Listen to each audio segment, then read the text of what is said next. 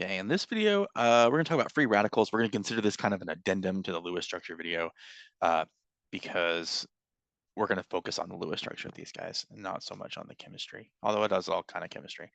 Um, yeah, let's just dive into it. Free radicals, um, they are very reactive, and they're very reactive because they have an odd number of electrons, which means there's one unpaired electron in these guys. Remember, in our other Lewis structures, we always want to have we want to have all of our electrons paired up. In the case of a radical, they're not going to be paired up. These cannot obey the octet rule, and so we're going to have at least one. We're going to have only one unpaired electron, and typically the unpaired electron ends up on the less electronegative thing, right? So you want more electrons on the more electronegative thing, which kind of makes a little bit of sense. So as long as we remember our Lewis structure rules, we can get in here. I'm going to draw in O2 for us. Spoiler alert, this is going to be a free radical. How can we tell that? Well, we want to make sure, add up our things here, our electrons. Nitrogen has 5. Each oxygen has 6. 2 times 6 is 12. So this has 17 electrons. An odd number of electrons indicates that we have a free radical here. Nitrogen is less electronegative, so we'll put nitrogen in the center. And because I'm running out of room, I'm going to do this vertical instead of horizontal. Doesn't really matter. All right, so there's 4. That means we have 13 electrons left over. 1, 2, 3, 4, 5, 6, 7, 8, 9, 10, 11, 12. Okay. With 12, that means we have 1 electron left over, and that guy goes on the central atom. Remember, we're going to put leftover electrons to the central atom as we do that. Okay. Does our central atom have a complete octet? No. Okay. We don't expect it to have a complete octet because of the odd electron here, but right now it only has 5 electrons. We can give it more by sharing, and we can take these electrons from down here and make a double bond up here. Now the nitrogen has 7 valence electrons, each oxygen still has 8, and this would be the best way to do it with that one unpaired electron. It's weird looking, we don't see it all the time. These things are very reactive, but we want to be able to find them and look out for them as we do it. Here's another one. Let's look at ClO2 as a practice for drawing these things. Chlorine has 7 valence electrons. Again, we have 2 oxygens for 6. It's 12, and 7 is 19 electrons. So we expect to have an unpaired electron in here, as this has an odd number of electrons. We'll throw chlorine in the center because that guy is the least electronegative. 2 single bonds, oxygen on each side. Let's see, that uses 4, means we have 15 electrons left over.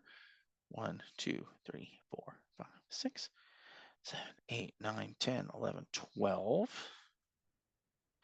Okay, we have 3 electrons leftover electrons on the central atom. 1, 2, 3. And there we go. Central atom gets the unpaired electron. We don't need to make multiple bonds here because everybody has enough. I suppose we could make one and give the chlorine 9. That doesn't really help anything. This is probably the best way to do it. Okay. Something else we want to be able to do is, can we pick out free radicals from a lineup? Okay. So if we're looking at this array of things, we want to be able to find, are any of these free radicals? Okay. So our idea here is we have to have an odd number of electrons. Okay. So just start adding up your electrons. 3 times, this is all 7s. So 4 times 7 is 28. So this is not a free radical. BrO2, this is 7. This is 2 times 6, which is 12. This is 19. So this is a free radical. Over here with ASO3, arsenic has 5. Remember, you can determine the valence electrons based on the group number. Oxygen, so you have 3 oxygens. Each one has 6. That's 18. Plus 5 is 23. So that's a free radical. In the middle here, we have ClF2. We have three things that are in group 7. 7 times 3 is 21. That's an odd number, so that's a free radical. Sb2Se, that's an odd looking formula. Selenium has 6 valence electrons each. Antimony has 5. That's 10. That's 16. So that's not a free radical. Okay, so odd numbers for free radicals. If you have to draw a Lewis structure for a free radical, put that radical in the center. Okay, get it as close to 8 as you can, probably without going over, but that's going to depend on the situation. Okay.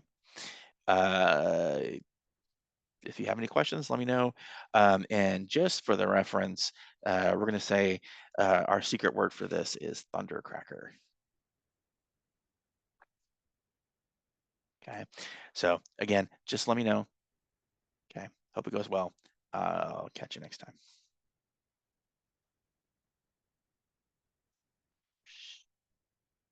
I hit breakout rooms instead of stop.